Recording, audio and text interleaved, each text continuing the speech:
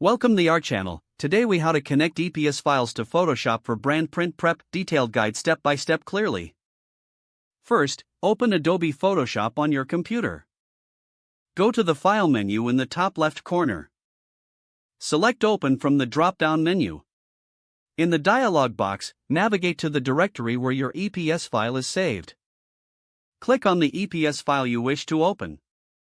Now, click the Open button. A dialog box will appear with options for the EPS file. You will see options for resolution, color mode, and more. For print preparation, set your resolution to at least 300 dpi.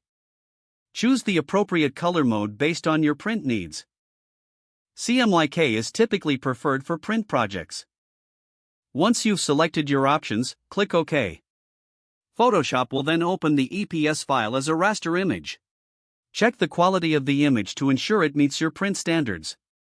If the image appears pixelated, you may need to adjust your resolution settings. Use the image menu to resize or adjust the canvas if necessary.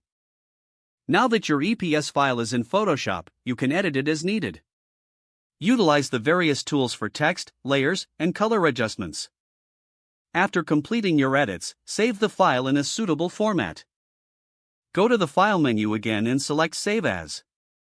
Choose a format like TIFF or PDF for high-quality print output. Set your file name and select the destination folder.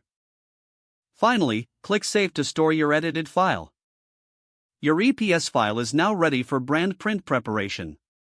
If the page does not load, refresh the browser or try again in a private or incognito window. Make sure you are using the correct email address, then retype it carefully to avoid small typos. If your password is not accepted, use the reset option and create a new strong password you can remember.